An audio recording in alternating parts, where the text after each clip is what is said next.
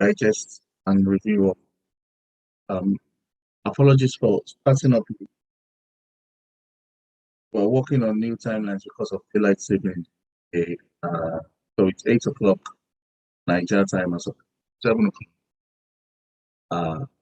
And it's gonna be that way till early next year when we roll back from daylight saving. So let's get started. This week we'll be talking as usual, market updates, talk about crypto vital signs, crypto drip, and yeah, today I was going to talk about funding rate. Promise to talk about. I'll try to cover that as much as possible and then take some questions and answers. As I've said earlier on, there will not be any Tupos Weekly next week because I'm not around.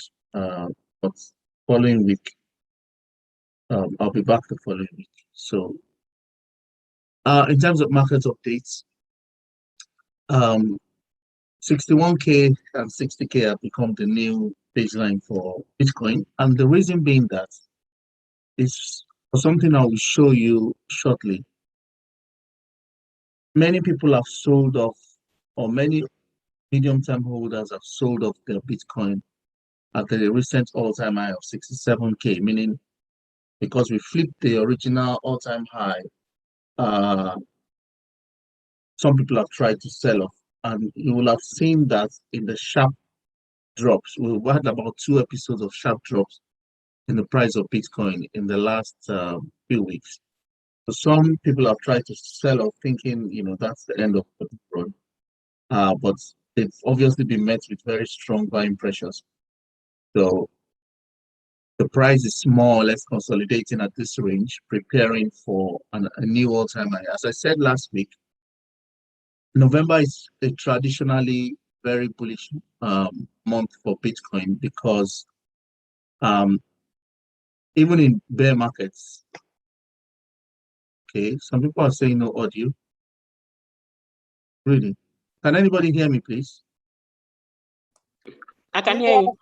Yes, I can hear you. Okay. I can hear you. Thank you very much indeed.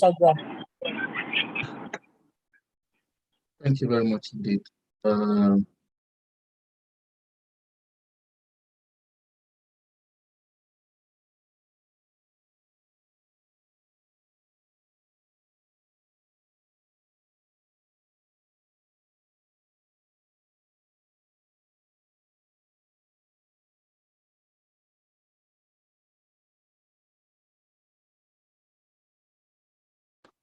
Are you still talking? Because now I can't hear you.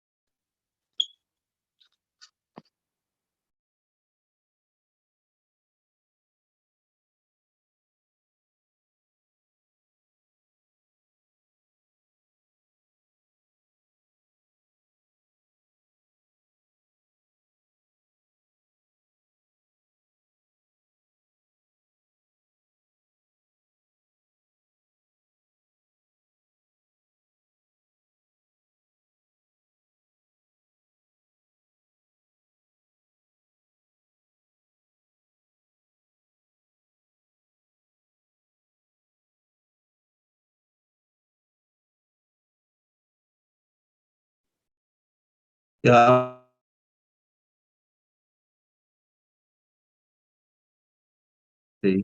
Fortunately. Oh, I think I'm back online now. I just need to find a way to share this game. Okay, so as I was saying, we need this baseline sort of consolidate before moving higher. However, as I said about 3 weeks ago, after we got to 67, I felt that the market was looking like it wanted to take a last set of dips towards the sub 60 level.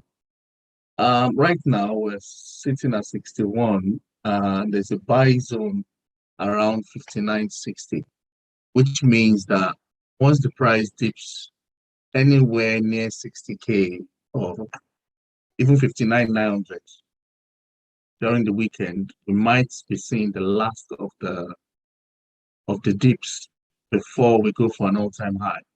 So because of that, as I said then, we're definitely we have a local bottom, and the bullish sentiment is in place. There was a lot of noise during the week around. I didn't put that here.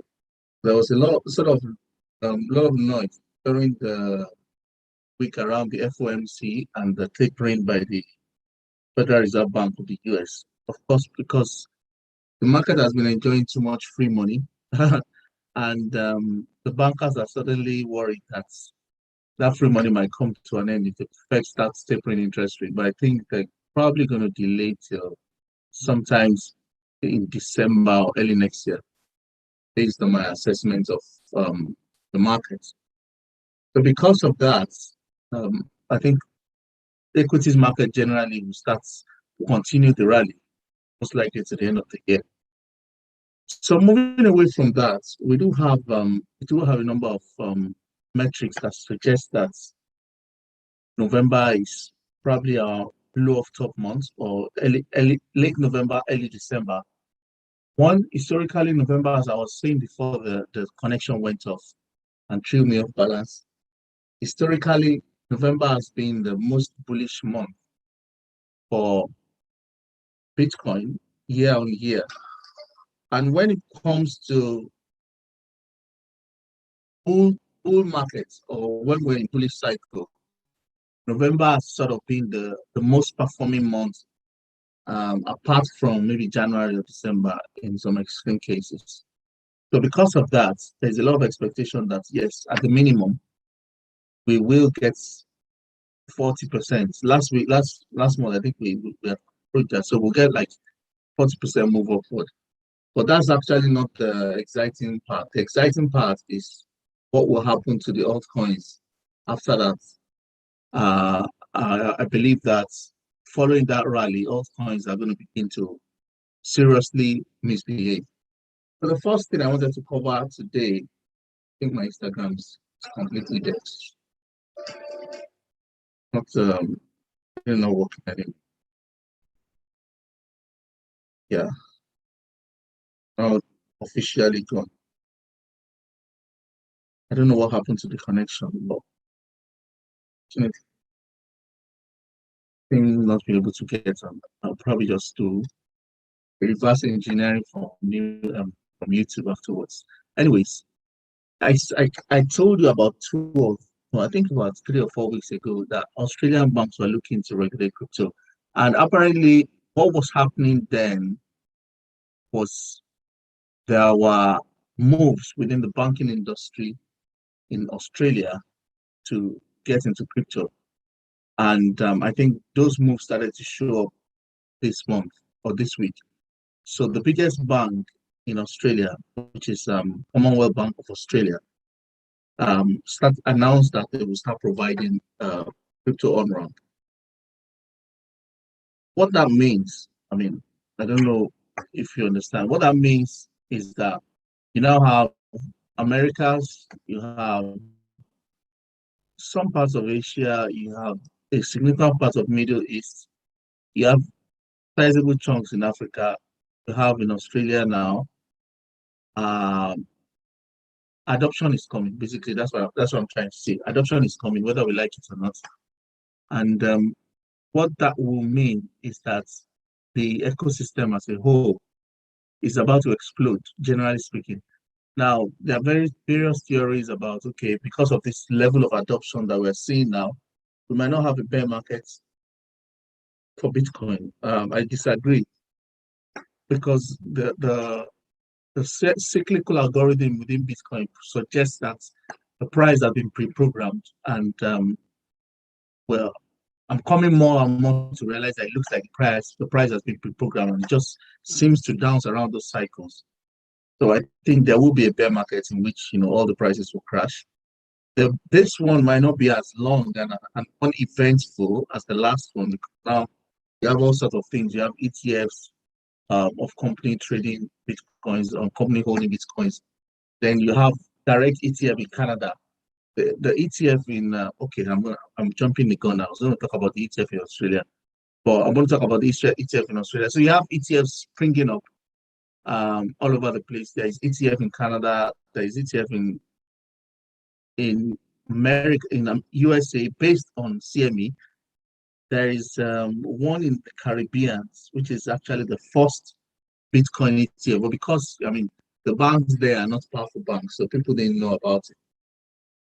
But these ETFs are beginning to spring up, and what it means is that it's going to funnel people into demand for Bitcoin. Let me move on to another story. Bakkt is one of the biggest exchanges in the United States. It sits in the same category, Chicago Mercantile Exchange, and they've positioned now, together with Google, that they're going to provide on-ramp for their customers to buy Bitcoin. Again, as I always say, it's better to look at the long-term picture rather than what's happening with the price. Yes, the price does make us emotional at times, but the long-term picture is that of overall adoption and prominence. And what that will bring eventually is that price will always go up, regardless. So this is huge, even though it's not. It's not making waves in the news, but it's very huge. Another interesting one, especially for the guys in the US, is this news from Coinbase, which talked about the offer from Coinbase to give their customers up to $1 million. I was going to say pounds, $1 million in loans against their Bitcoin or their crypto assets. But for those who do not know, this is a very good tax. It's not tax avoidance. It's a tax deferral mechanism, because if you don't sell your Bitcoin but take a loan against it, you are not liable to taxes by law for the loan that you've taken. So what it means is that people will perpetually stack their Bitcoins whilst they take loans against it. It's exactly what MicroStrategy is doing on a corporate scale. MicroStrategy is providing business intelligence solutions as its own service. However, it is also getting debts in form of credit notes, senior notes, all sorts of things, selling shares to raise debt to buy Bitcoin. So every time Bitcoin dips, you hear MicroStrategy has bought. The reason is that they're raising debt to buy Bitcoin, and they're betting on the long term. And the bet makes sense, because what people don't understand is that over the next 5 years, Bitcoin will actually be sitting at 7 digits. In which case, anybody who has now is sitting on a 10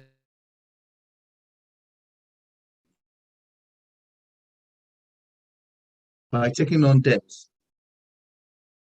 Like you're buying pristine property in Central Park in downtown New York, and you're not selling it, but instead of selling it, you're taking a loan against it. What will happen is you still have Central Park, and you're taking the loan against it. You're using your operational income to service the loan. You're reducing your overall body in terms of liabilities tax. Your P&L might not be looking great, or your balance sheet is busting at the seams.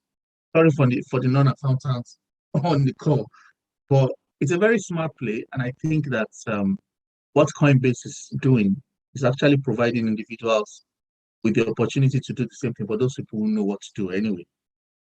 Because what it means is that you can become very wealthy without having to pay through your nose to Uncle Sam. I will leave it at that.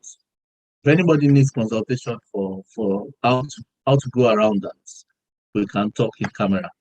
Anyway, let's go on. this Australia this week.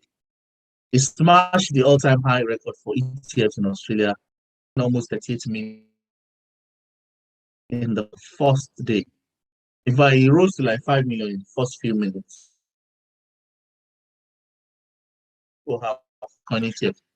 And I mean, this is just an ETF. That's not even.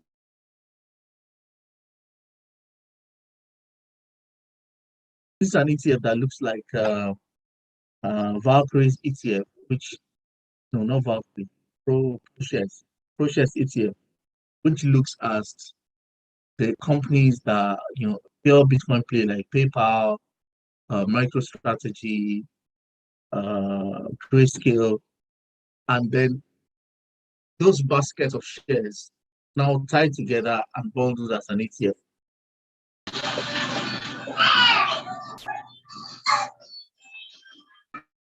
Sorry about that. I think that's going to be a very profitable venture. Please, if there are any CFAs on the call, please get in touch and maybe we can work together on creating an ETF in the UK as well. Anyway, there was a story that really caught my attention this week, which was the mayoral election in the city of New York. So this guy, Eric, what's his name again? Eric Bauman or something like that, is the new mayor elect of New York, and one of his main campaign promises was that he was going to make sure that New York was, a Bitcoin or crypto-friendly place. And people sort of took him up on his promise, and he was even saying that he was going to be taking his payments in Bitcoin. Now he's the new mayor, and he wants to make sure that not only is he going to take his salary in Bitcoin, but make sure that it's something that is desirable in New York and provide a friendly and accommodating environment for currencies in New York. I mean, he already has a playbook in the Miami mayor in Florida. Even though, I mean, they went on to create their own token, but then I think it's still a good start for them. And I think this is, I mean, for the fact that it's New York, it's a good step forward. I hope succeed, and I wish him well. But it's a good move, especially coming from a public official, because these kind of people are the ones that have the ambits to direct policy. And eventually, I think many people will come to the realization. I think it's just over the next 4 years, most people immediately realize that actually Bitcoin was the way, not e-naira. For proponents of e-naira, people were hoping that e-naira is going to please be well advised. Not invest your money in shitcoins. I didn't say so, but just be warned. E-naira is different from Bitcoin, so just be warned. I'll quickly go to Crypto Vital Signs, and I'll talk about what we're seeing in terms of market cap. In terms of total market cap, we've seen a significant gain in the total market cap in recent weeks, but we sat about 2.6.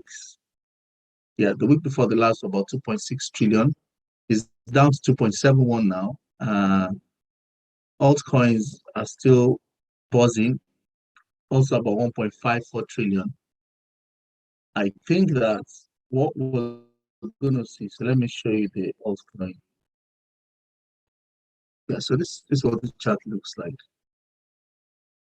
Put it on the weekly.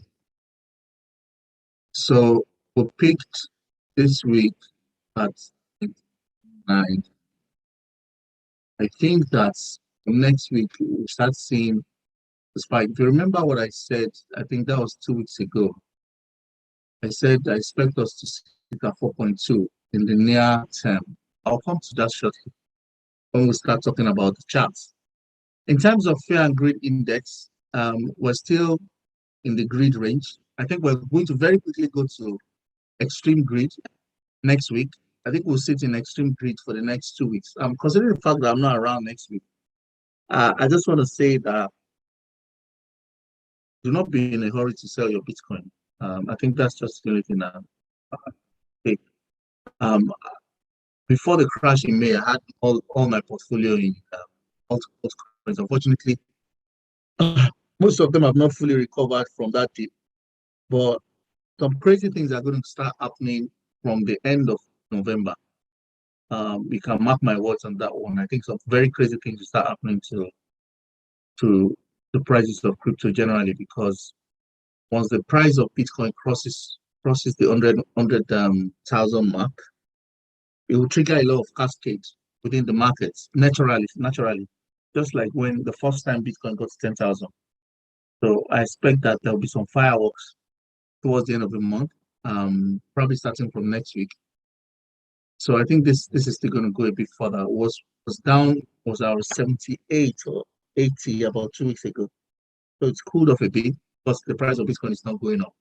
But you see that some of the altcoins are going. Some of the predictions we made last week or during the week are beginning to play out. For instance, ICP. You can see that ICP started to pump. Same thing with Mana. In terms of our market psychology is our ground wire, just so that everybody sees or knows where we are. We're here. We're now at the beginning of euphoria. I don't know how long this is going to last, but just knows that in euphoria, the prices may not make sense. And it's important that you stick to your plan, like I always said.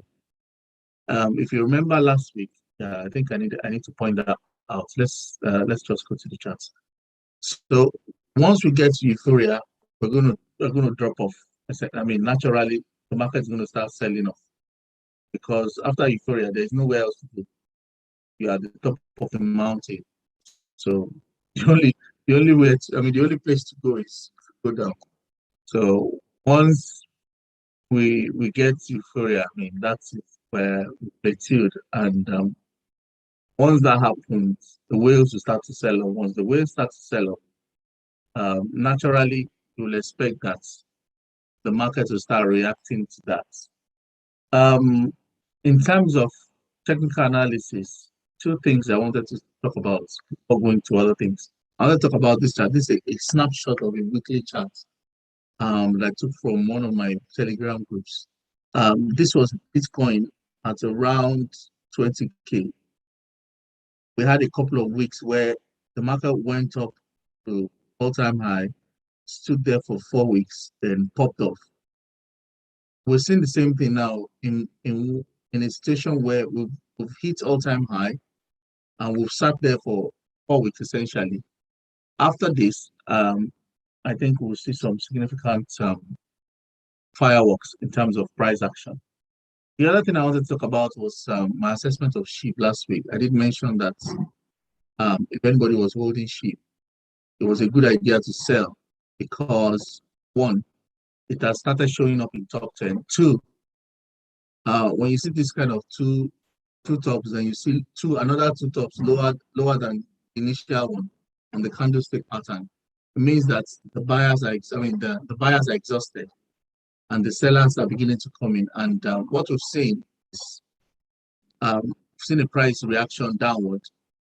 Some people say, oh yeah, the buyers are back, but there's something called a relief rally in trading, or dead cat bounce, depending on how you want to look at it. And it's too early to make that call, and especially just because the market cap is now sitting in the 10. Apologies if you are hearing some bangs in the background. It's firework night here in the UK for many people, and some people are celebrating Diwali as well. So there's a lot of firework going off in the background. If you give me 1 second. 1 second, please.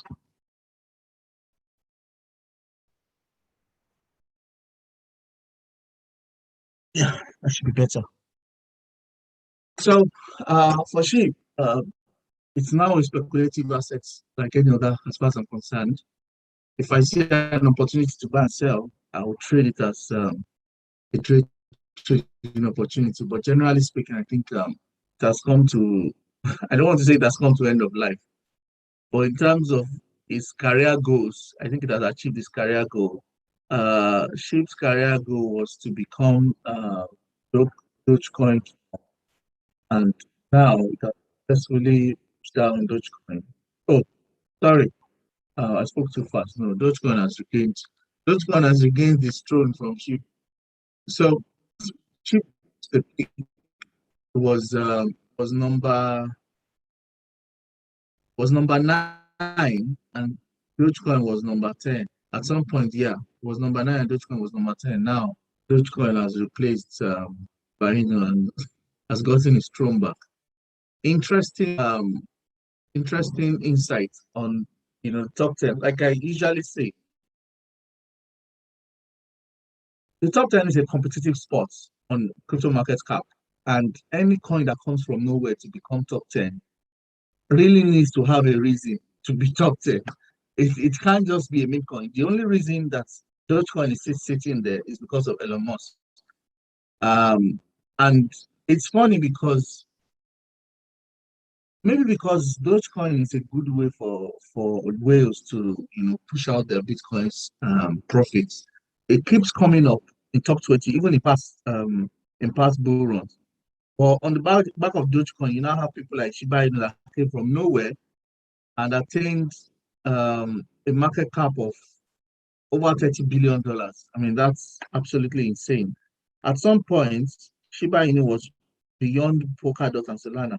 As you can see now, Solana has shot up to number 5 on the coin market cap top 10.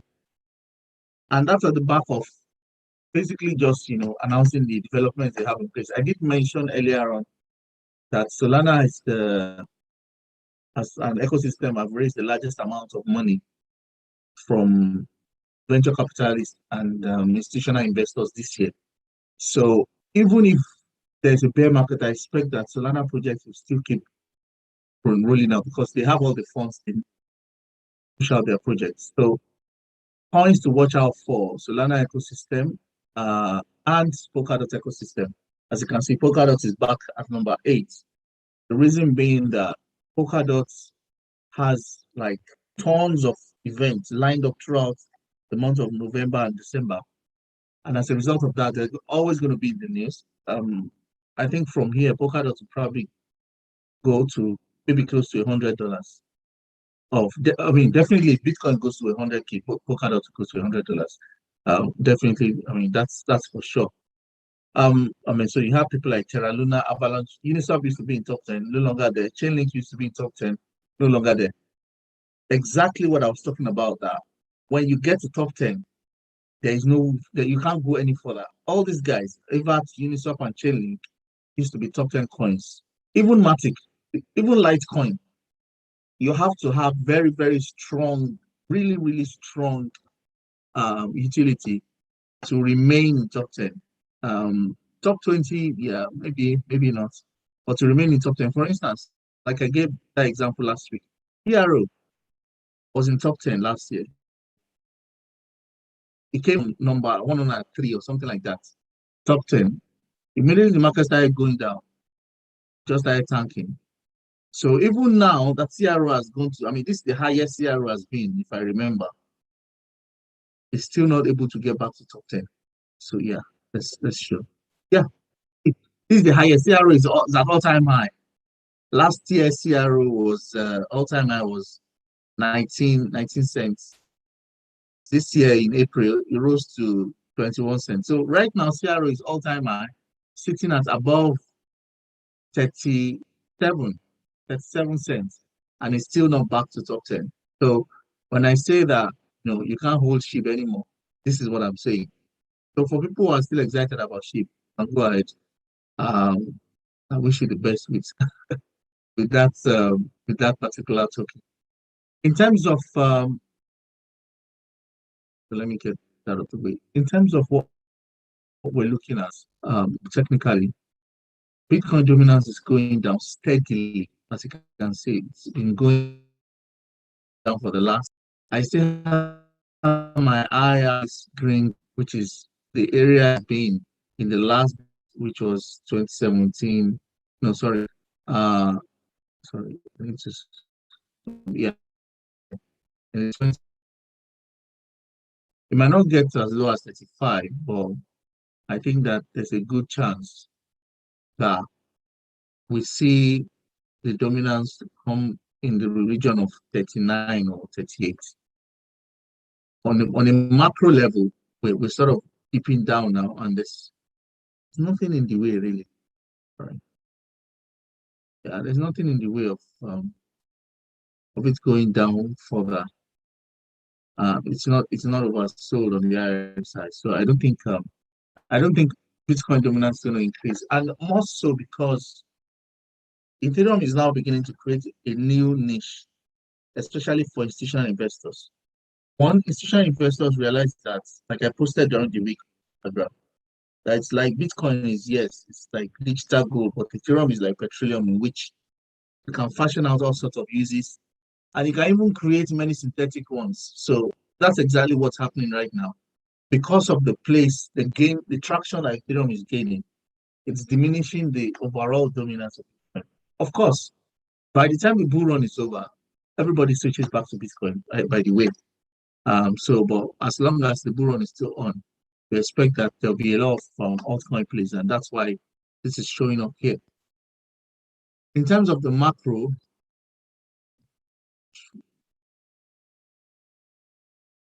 let's start from the monthly. So in terms of the macro, sorry about blue annotations, just all sorts of markups showing up on my screen. Let me look for the other one. It's a second. Which one is this?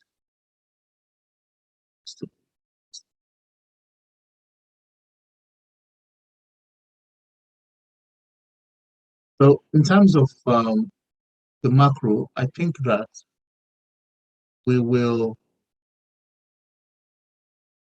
definitely see. We'll definitely see $70-something thousand Bitcoin.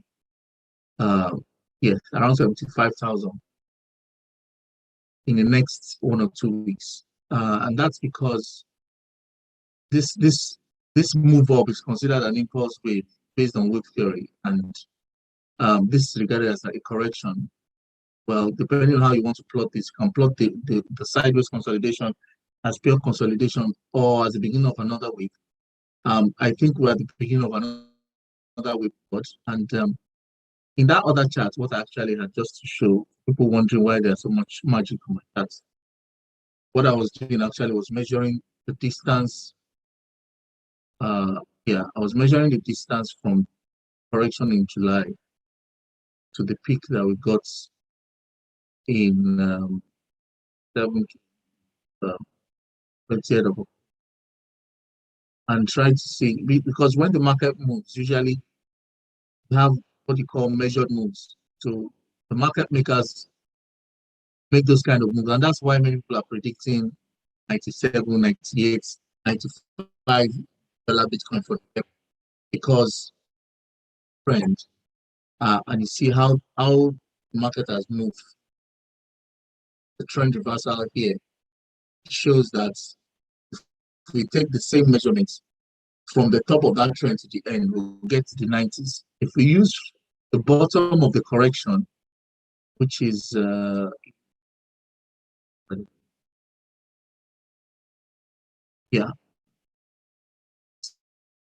85. So minimum we can get for this month is 85. Definitely, I'm definitely sure about. We're done with the correction. I think probably going to let me drill down to awesome. I think we're going to have a dip this weekend because we need to sort of run down the clock on the timing this weekend. So I think we're going to find Bitcoin somewhere around here, which is around 60, which is fair. It's around 60 or 59.90 for the weekend, and because we already we've had a bounce in that area for a while now. So we've had 1, 2, 3, 4, 5, 6, 7, 8, 9. That would be like the 10th bounce of 60K. So where do that people buying at that level? Institutional and retail traders. So I think the buy wall still is at around 60. So if we dip lower, we're just going to burn down. Like some people pointed out that we look to be a triangle, in which case you have 1, 2, 3, 4, 5, 6, 7 waveform. So when it comes down, the next one is up. We go back up, take up above 63K. Okay, then we can expect to go again for 65, probably retry 65 along this line, 63 or 64 along this line, then shoot upward. But generally speaking, I think seeing the local bottom, or we're close to the local bottom for this month. I was telling somebody today, I think local bottom for this month might be around 999, 60K region. Ethereum is usually following its older brother, essentially doing what Bitcoin is doing in its own way. The only difference is that it might have more moves sometimes with Ethereum. So sometimes when Bitcoin jumps, Ethereum might dump more. When it moves, Ethereum might move up more. So I expect that we will see maybe like 4,400 as the low for the weekend before the market starts picking up again. So having said that, what people are asking, somebody asked me that, okay, what coins? I already said that I don't, I'm not keen on recommending coins for anybody because you already have most of the coins and almost all the coins start performing once Bitcoin is able to cross 100K.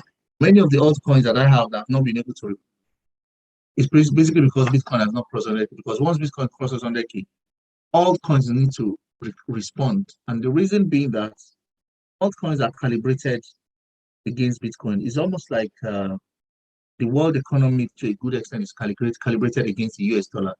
So when the US dollar is, pumping quote and unquote, other economies will have to react one way or the other. So now, a good example, now that the US dollar is printing money like mad, and there is so much dilution of the purchasing power of the US dollar, you can see that countries like Nigeria are completely hopeless in terms of exchange rates because we're pegged to the dollar. Our major produce is pegged to the dollar. If it would change for once and say, you know what, pay us our Bitcoin, was our petroleum proceeds in Bitcoin, we'll become a very rich country all of a sudden. Anyways, that's not the purpose of the discussion. Apologies for the digression. So that's the end of today's session. Again, sorry for the late kickoff. I'm trying to pack. I need to travel tomorrow, so I've had a very clumsy day. I was going to talk about funding rates. So I think I'll just do an intro of funding rates. Maybe when I come back in the upper week, I'll talk a bit more about it. So funding rates are like loans. Let me use that word. That are being provided by exchanges. These loans allow retail traders to take positions bigger than their pockets. Let me use that word. It's leverage. So it's like I'm using 10 to get 100. So the exchanges function like, for people familiar with Forex, they function like Forex brokers. Forex brokers do something they call high leverage, which in the whole time they used to do 1 to 100, 1 to 1,000, 1 to 5,000 leverage. Meaning with $1, you can take a position of $100. With $1, you can take a position of $500. In the crypto world, that's done, but because the tokens that are being used, they're not infinite, like you have in the real world, quote and unquote. As a result of that, the exchanges sort of have it's almost like gauge that determines how many people are leveraged in a particular direction. So I need to look for that site to show you what I'm saying. Yeah. So they'll sort of show how many people are leveraged in a particular direction. So let's say how many people are leveraged in longs, and then based on that, they will then calibrate a percentage as what is called the funding rate. So this is an example of what's it called? A data aggregator that shows funding rates called CoinGlass. Now, what it does is it shows funding rates for all tokens traded in futures. Futures is like a derivative trading for crypto assets. So it shows. I've just highlighted Bitcoin because I wanted to show Bitcoin across the various exchanges. So as it says here, that means the market needs to come down and allow the funding rate to come down. When the funding rate is neutral, when it's black, it means it's neutral. It's not overheated, it's not over. When it's green, it means it's oversold and it's a very good time. When it's green, it's a very good time to buy, really. That's what it means. Up the back of this, actually, you can just do swing trading because you can just look for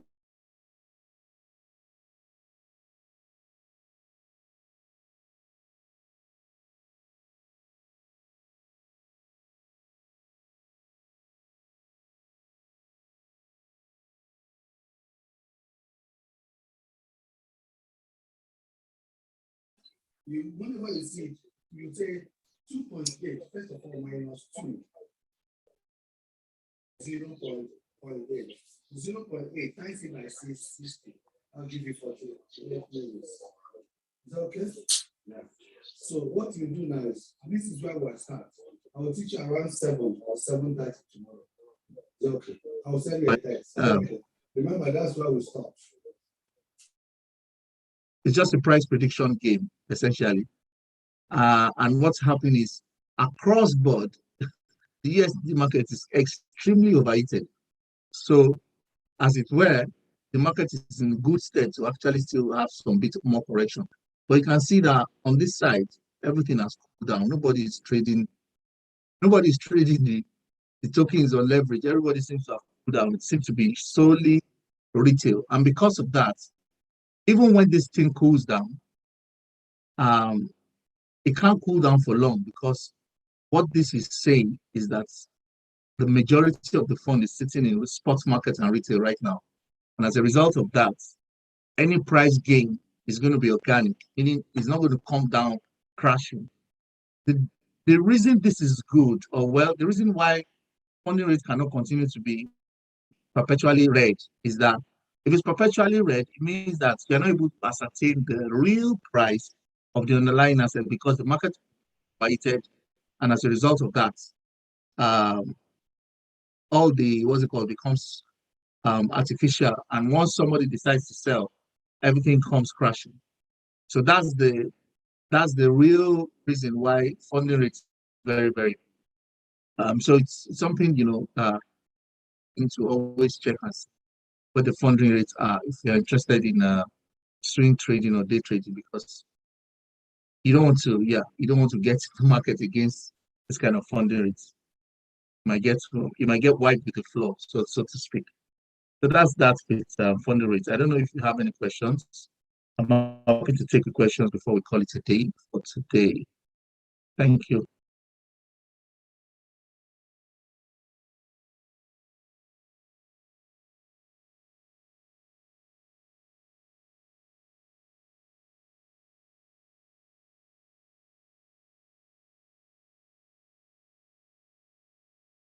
Okay. If you don't have any question, then we're good to go. To see you again next week at 7 p.m. British Standard Time and 8 p.m. Niger time. Have a lovely weekend, everyone. Oh, sorry. See you in 2 weeks' time. Have a lovely weekend, everyone, and take care. Bye-bye.